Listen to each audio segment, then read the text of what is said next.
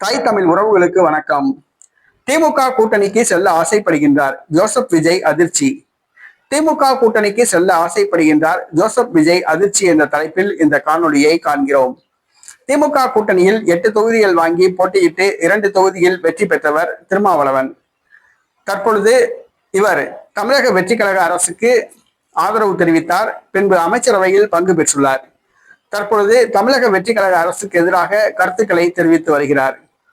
திமுக கூட்டணியிலிருந்து தான் விலகியதாக ஒருபோதும் கூறவில்லை என்று கூறியுள்ளார்.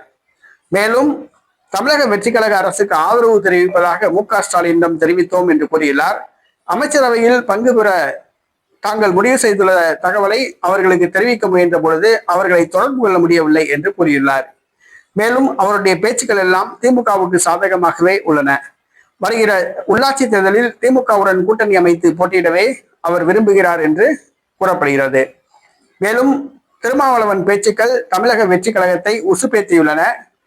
ஆதவ் அர்ஜுனா உள்ளிட்ட மூத்த தலைவர்கள், விடுதலை சிறுத்தை கட்சி மூத்த தலைவர்களை தொடர்பு கொண்டு ஆதரவை வாபஸ் பெறுவதாக இருந்தால் பெற்றுக்கொள்ளுங்கள், தாங்கள் தனியே ஆட்சியை எப்படி நடத்த தெரியும் என்று எங்களுக்கு தெரியும் என்று கூறி வருகிறார்கள்.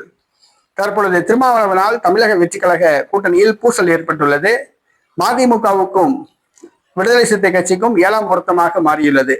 பொதுவெளியில் வைகோவும் திருமாவளவனும் சண்டையிட்டுக் கொண்டுள்ளனர். இது தமிழக வெற்றி கழகத்துக்கு தர்ம சங்கடத்தை ஏற்படுத்தியுள்ளது.